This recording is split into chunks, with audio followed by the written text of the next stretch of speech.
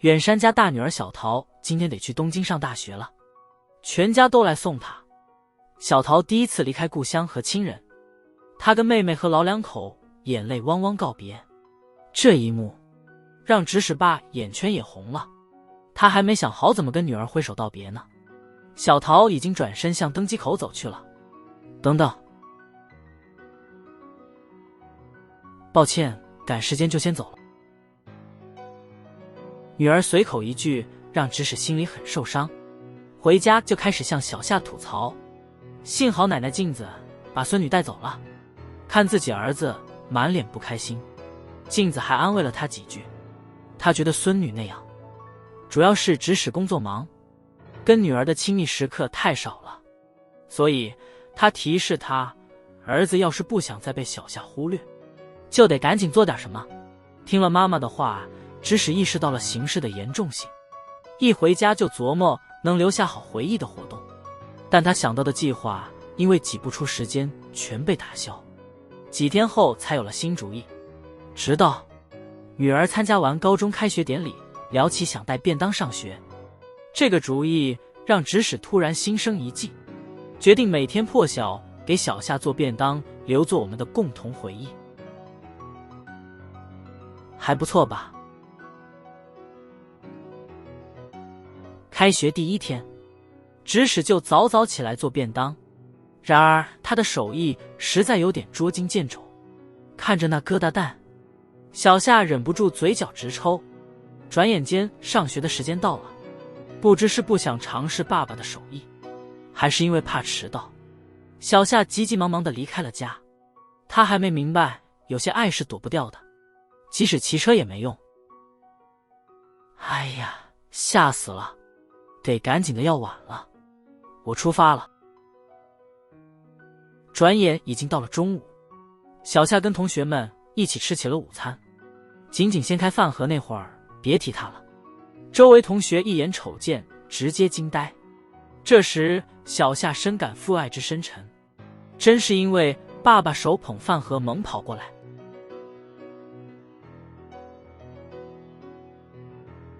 这是爸爸特地做的第一个回忆便当。指使开始给女儿做便当后，他的生活变得充实多了，但不太会做饭让他觉得有点吃力。一天晚上，他在酒馆跟朋友聊起这事，店主赤心给了他个小建议，一些小菜可以先拿副食店的现成的，搭配自己做的其他菜，味道有保障，又能让搭配更丰富。然后给指使一袋他买的菜。第二天一大早，按赤心的方法，指使迅速备好便当。就在小夏疑惑为啥今早没听父亲慌张声，指使已经把便当递过来了。看着父亲那灿烂的笑容，再想想这几日的美食，小夏心里很是得意。到了中午，一打开饭盒，真是意想不到，这个菜调味真香，吃起来停不下口。对女孩子来说有点苦行了，真的，可是太好吃了。在另一头，指使按照赤心的推荐，来到了那家配菜店买菜。店主牙医挺健谈的，知道他是为女儿备便当，热心地向我们推荐店里的好菜。看到满桌的佳肴，指使真心觉得这是个好地方。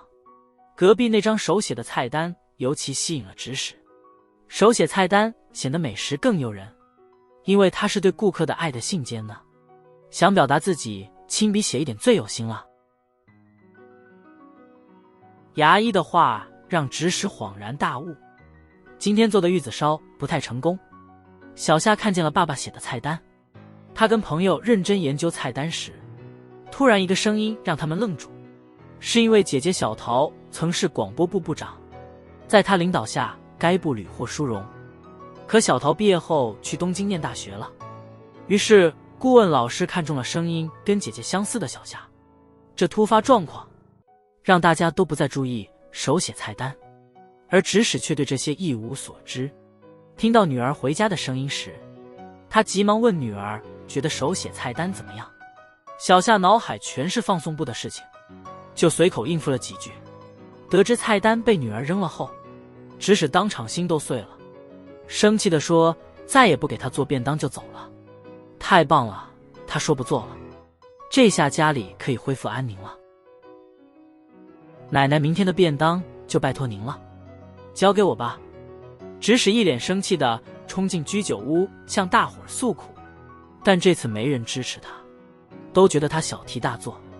这时慧心给了指使个主意，既想让菜单得到像情书般的回应，不如就在里面写下想对女儿说的话。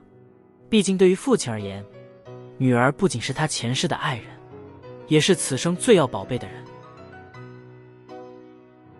爆发那么大火气确实不应该，小夏丢菜单也有点不对。爸爸那时候真是超级郁闷。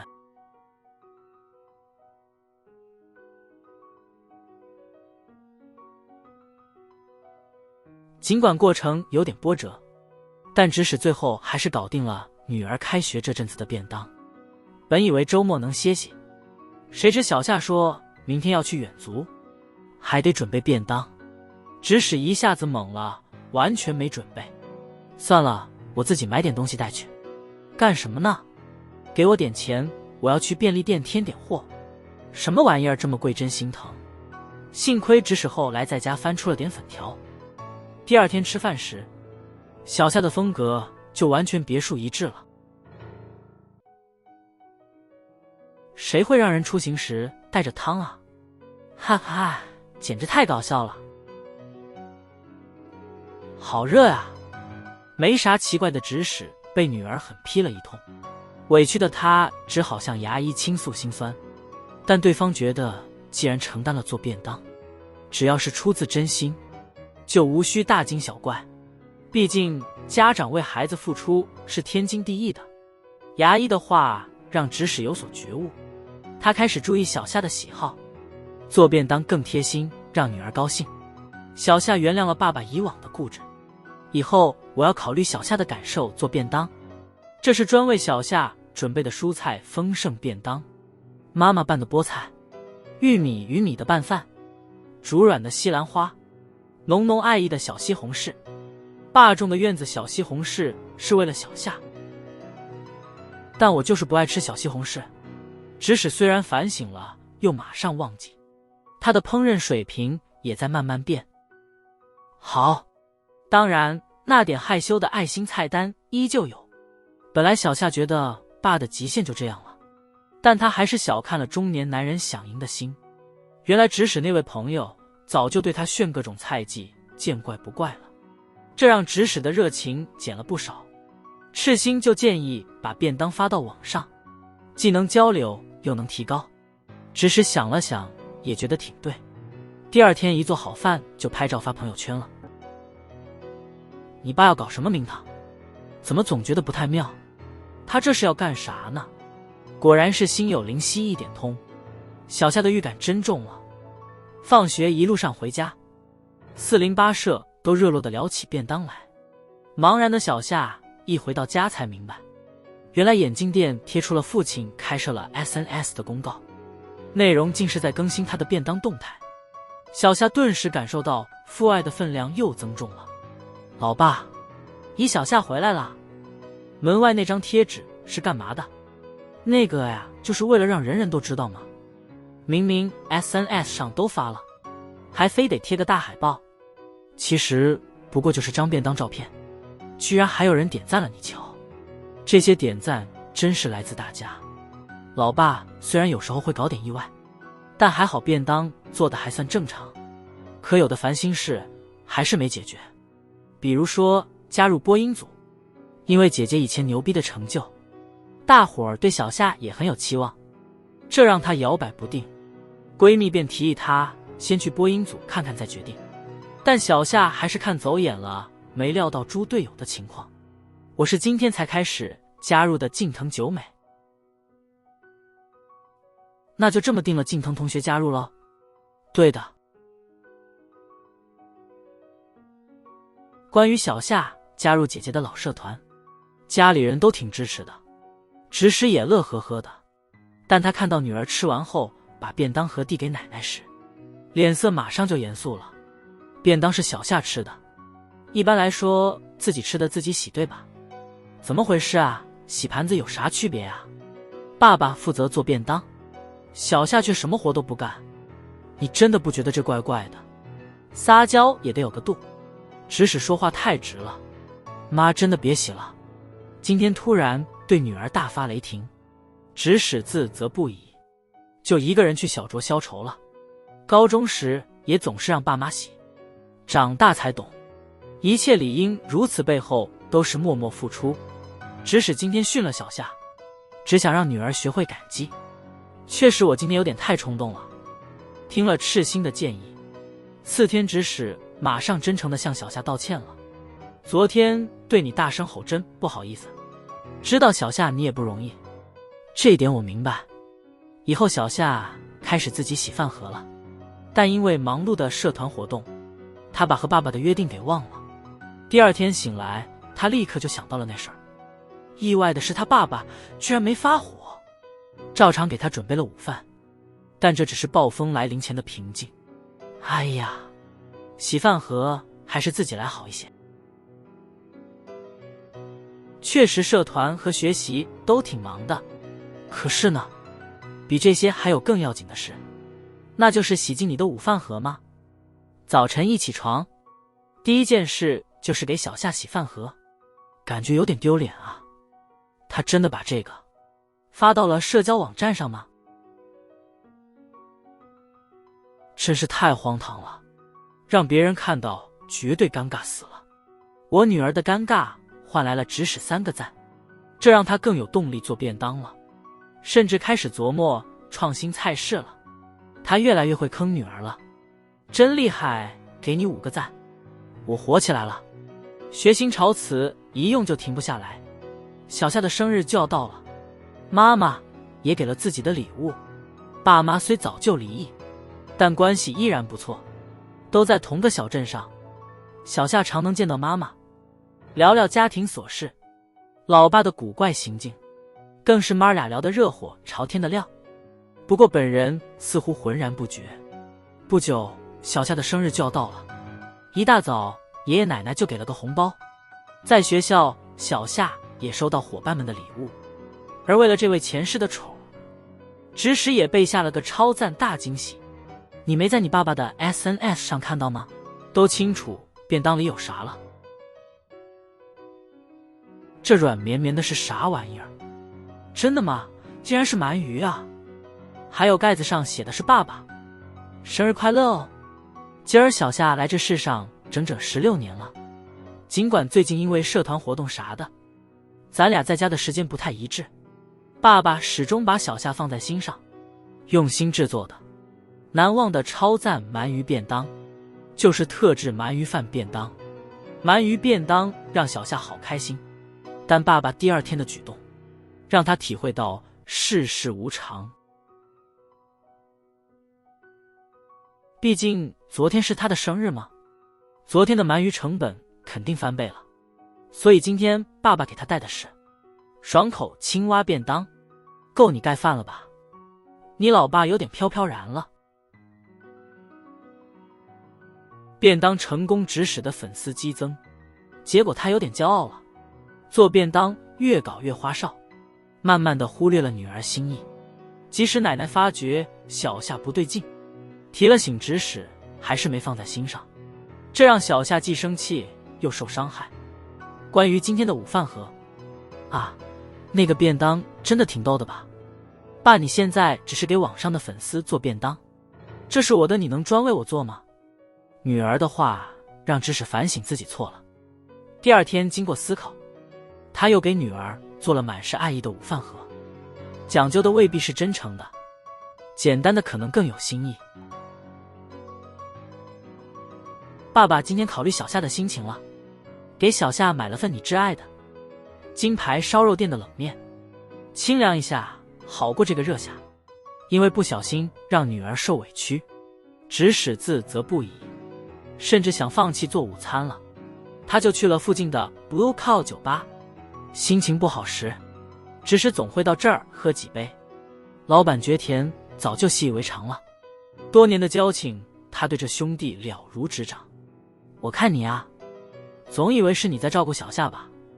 可不是嘛，其实是小夏让你变成真正的成年人，你还沉浸在鸡汤文的熏陶里。小夏跟广播社的同伴早已踏上东京参加播音大赛了，还有就读大学的姐姐小桃也到场支持他们。虽说表现不俗，可惜他们最终还是拿了个亚军，差点就夺冠了，让小夏好难过，连晚饭都没动就闷闷地回房了。看到女儿那失落的身影，直使也很是心痛。他不太懂得怎么安慰人，只好尽自己所能给她做点好吃的。正像小夏知道的，爸爸不是完美的，虽然有很多缺点的爸爸，爸爸打算将来一定要变成小夏觉得不错的老爸。小夏也会用这次的失望积累经验，增加动力，很快就会进步。成长路上难免犯错、遗憾，但这些不愉快，随着理解和宽容，都会变成美好记忆。对了，今天的便当出乎意料的好吃。时间真的飞快，一转眼又到了家长会。女儿在学校表现棒极了，刚坐下，东山老师就开始大夸起来，指使挺骄傲的。但说起的小夏跟自己了解的不太一样，不过他没往心里去。后来东山老师问他对小夏将来的打算，没想到指使并不太关心，他认为女儿快乐成长就够了，他很满足。离异后，我扛起了家里的经济，做便当成了我自我反思的方法。女儿签下，以后还得麻烦老师多照顾。见面会后，知道女儿的出色让指使内心安慰，但是班主任的话也启发他还不够了解小夏，甚至连她最爱吃的食物都不知道。作为立志成为女儿心中最佳厨师的父亲来说，实在受不了这大失策。于是他立马给亲密的小桃打了电话。然而大女儿告诉他，妹妹最爱的其实是小时候爸爸做的炒面，可能对小夏来说，最棒的美味就是爸爸的那个味道。软吗？那可是炒面哦，就算这样也得做出爸爸的那份味道，而且做的最勤的就是那个满是菜的炒面啊。不管做过多少次，小夏每次吃的时候都会说好吃，居然把这么重要的事情忘了。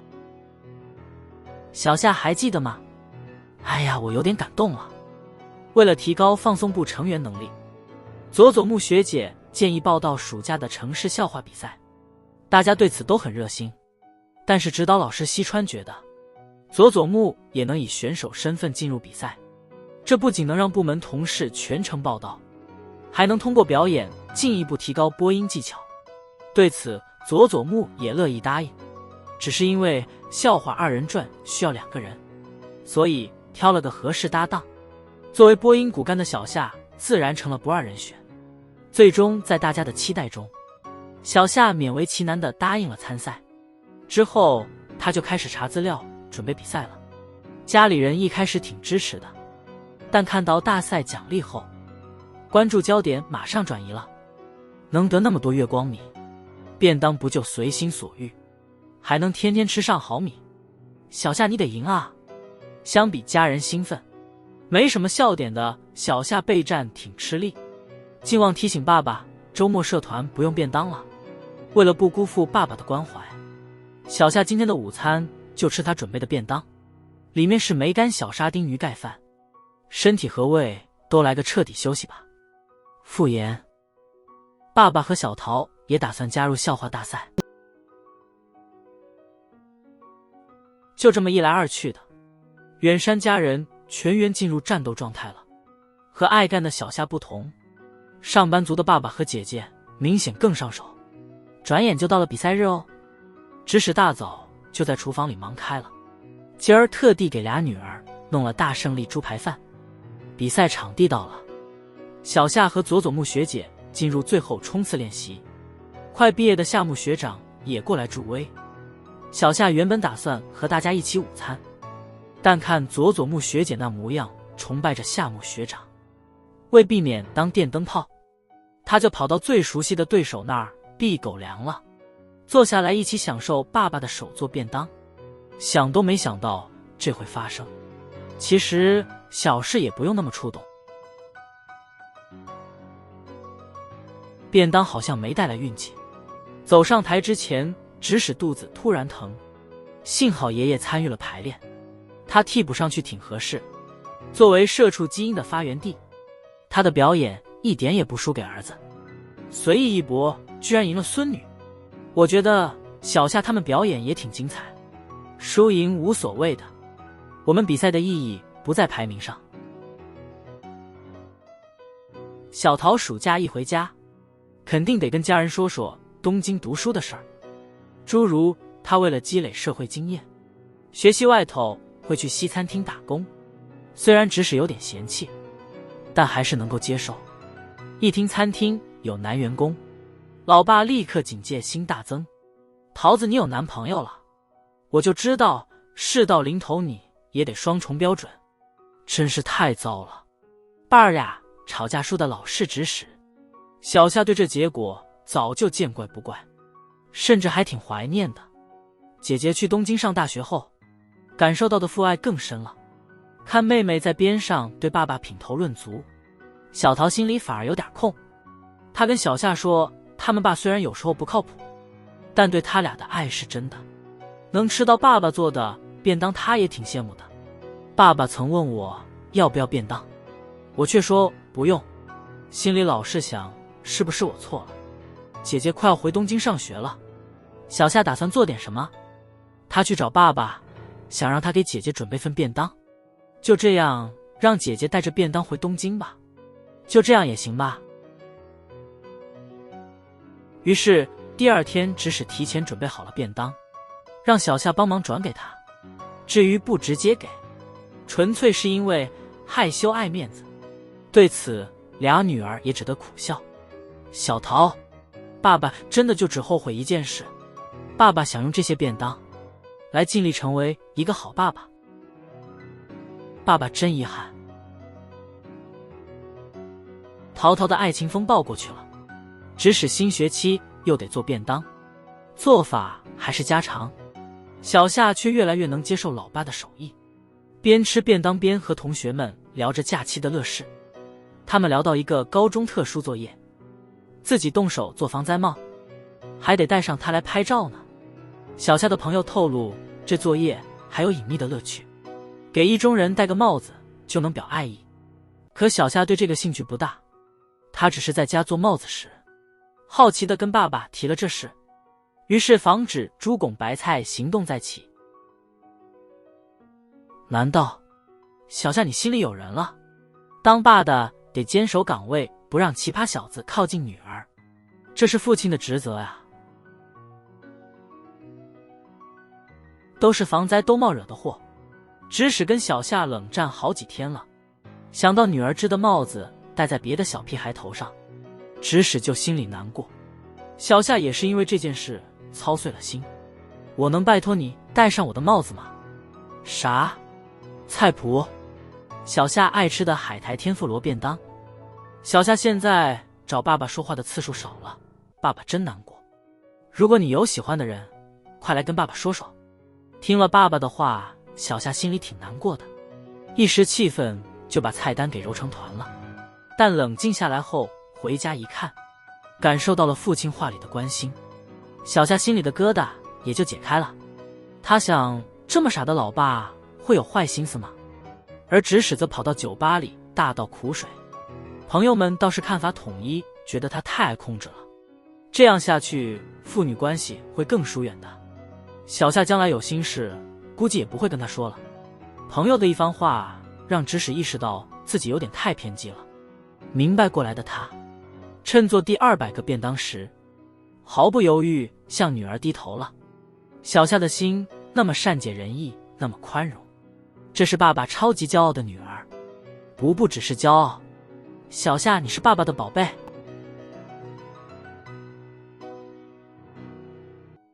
戴上女儿做的兜帽成了现实，兴奋的指使竟然跑起了马拉松。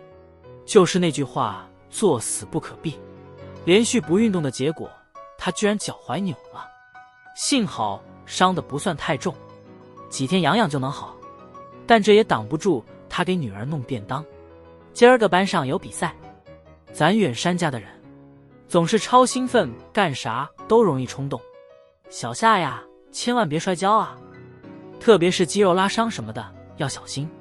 这是老爸的一点人生经验之谈，做父亲的最懂女儿。夏儿对比赛特别上心，结果呢？哎呦喂，就这么龙山家的跛脚成员又添一位，大家看到都替他难过。但相比这个，指使更在意扶他一把。很显然，他眼里女儿周围的男人全是敌人。本乡拓也啊，真是多谢你照顾我家丫头了。别客气，夏爸爸，叫我爸爸。哦，这个感谢你俩呀，我走了。